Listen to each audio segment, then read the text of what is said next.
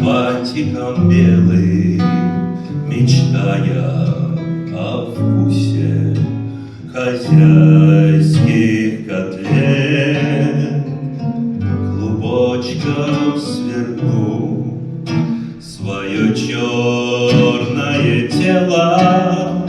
Спит черный котенок в углу на столе, и блики вселенной волшебным свечением играют на шерсти, сбегая во тьму.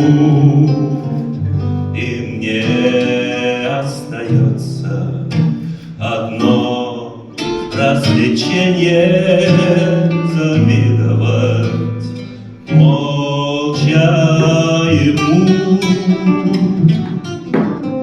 Ах, как хочется развлечься и уснуть, и закрыть лицо хвостом, а не руками, и свалить с души тяжелый и ненужный камень, и во сне покой потерянный вернуть. Но природа нам покоя не дала, нам двуногим не дано такой свободы. Мы животные совсем иного рода, и у всех ужасно важные дела.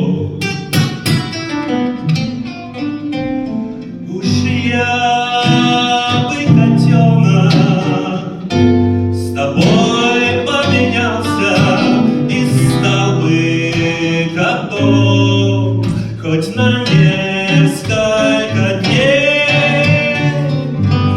и как ты бы весною по крышам слонялся, но был бы, пожалуй, немного умней. Уж я бы не бегал за бантиком белым, поверь мне, он скоро тебе надоест.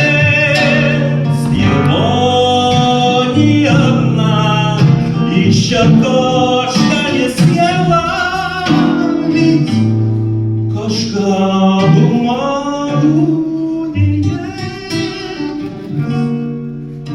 Ах, как хочется уметь читать во тьме,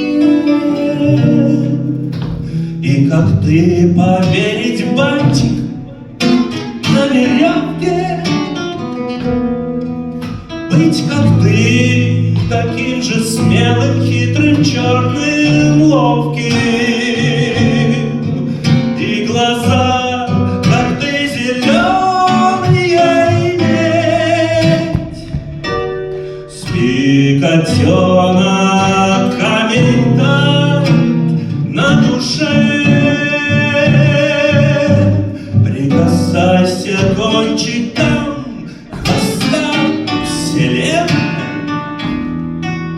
Спи, котенок черный, необыкновенный, спи, а мне пора идти.